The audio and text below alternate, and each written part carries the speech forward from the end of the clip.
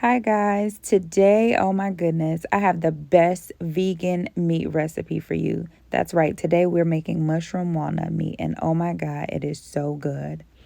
Here's what you'll need: walnuts, red onion, garlic, portobello mushroom, sun-dried tomatoes, onion powder, garlic powder, smoked paprika, Sazon seasoning, Italian seasoning, salt and pepper, and just a little bit of EVOO.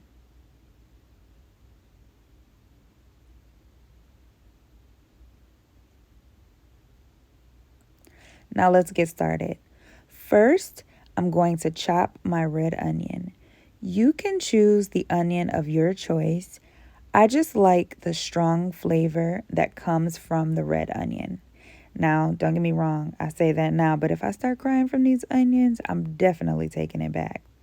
But anyways, make sure that when you cut your onion that you don't have to cut it super small because we're going to throw it in the blender anyway, but you want to cut it small enough where it definitely does not get trapped under the blades.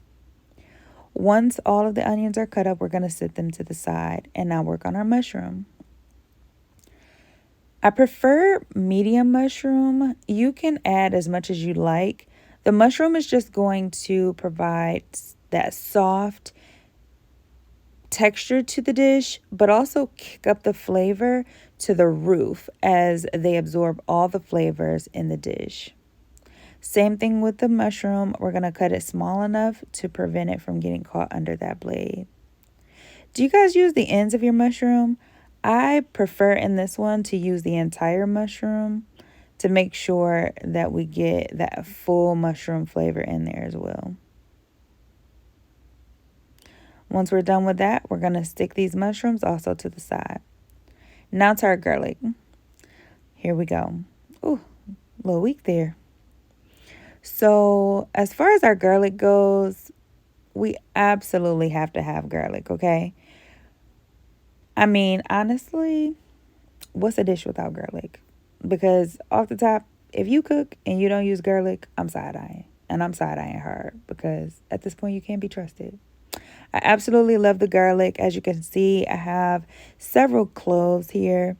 I actually ended up even adding more of the garlic because I love the flavor of garlic. It just kicks every dish up to the next notch.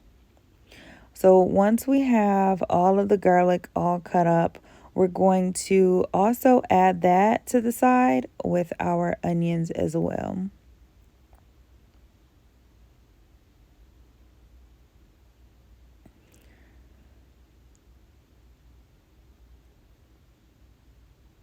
So as you can see, we're moving that to the side so we can get everything diced together.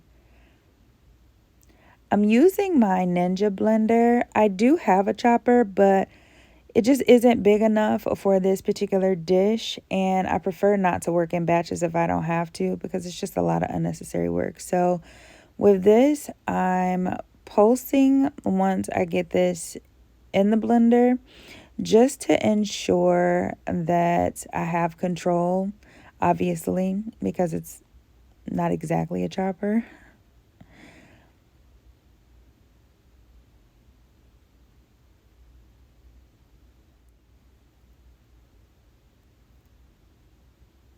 And every blender is different, so you'll just manage it and pulse it a little at a time.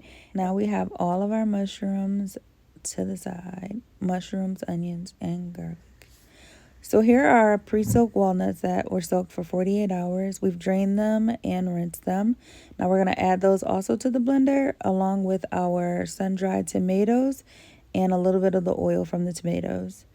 This will blend very, very, very nicely. And we're just trying to get it to a consistency of like a crumble. So just like you would for your normal ground beef. Once you reach that, we'll go ahead and take it out. Now that that's done, it's time to put some fire to it all. We're going to start by oiling our pan using medium heat. We're going to continue to allow this to heat up until we hear a little bit of a sizzle. And I did move the oil around the pan just to ensure that, nothing sticks around the sides either.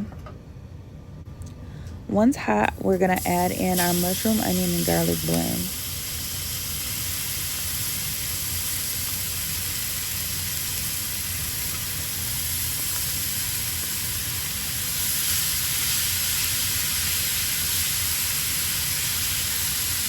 As you can see, we have a few larger pieces of onion that are in there, but that's okay because we'll break them up along the way.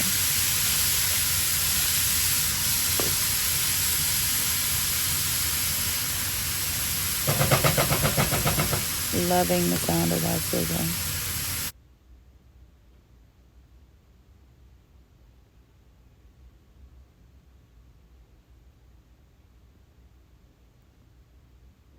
Now get your wrist ready because this dish definitely will require a lot of wrist work. Just to make sure we get all the moisture out. We don't want a bland dish. So all of that excessive moisture that comes from the mushroom and the onions, we're going to try to get that out before we actually add our walnuts inside.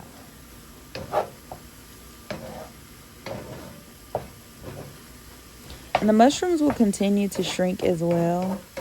So that's another reason why you don't ever have to feel as if you're putting too many mushrooms in because they're going to shrink. Now, you can definitely see here that a lot of the moisture is gone out of the mushroom and mushroom blend, which is exactly what we want. Now we can add in our walnuts. Yes, our walnuts. Oh my goodness, it smells so good.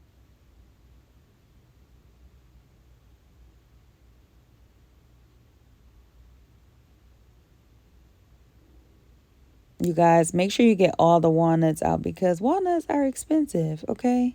Very expensive. So whatever you have to do to get every single crumble of walnut out of there, make sure that you get the job done.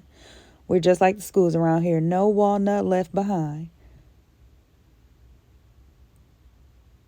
So we're just going to get everything evenly mixed here in the pan.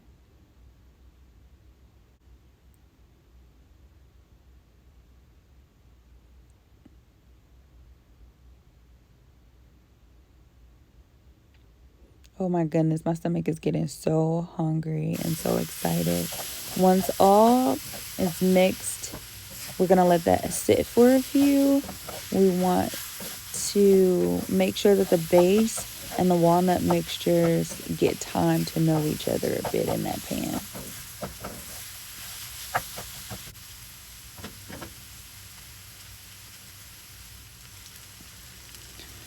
Now that they've gotten acquainted with each other, I've went on in and added my seasoning.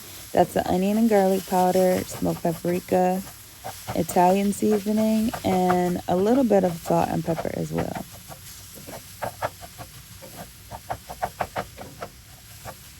Now, I only used half of the salt initially just to avoid over salting. Once closer to the end, I'll add in more if it needs it. But for now, this works. Same thing, we're going to continue to blend, thin it out.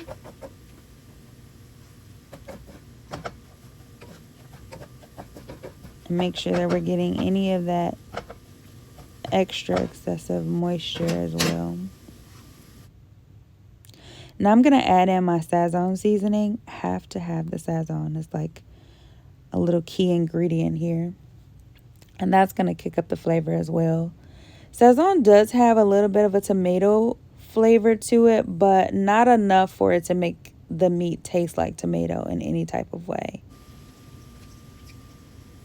And once I did that, I also went in and put the rest of my salt.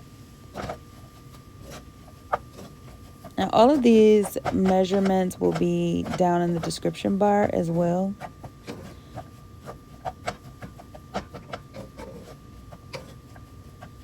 Oh, it is so good and smells so amazing. Look at that. Want some? Because I do. It's about time to taste it. make sure that there's enough salt. We're good. Now that that's all done, we're going to plate it all up. And as you can see, you guys, there is no dryness to this, and it is full. When I say full of flavor, and exactly what it would be if it was ground beef.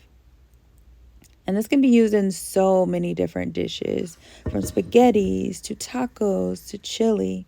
So if I were making spaghetti, I'd add in a tomato-based sauce. If I was making tacos, I'd add in either taco seasoning or use my cumin and coriander to take it to the next level. But honestly, the possibilities are just endless. So if you'd like to see what I do with this meat, please, please, please stay tuned and watch the channel, because I'll be making several different recipes using this walnut meat. Enjoy!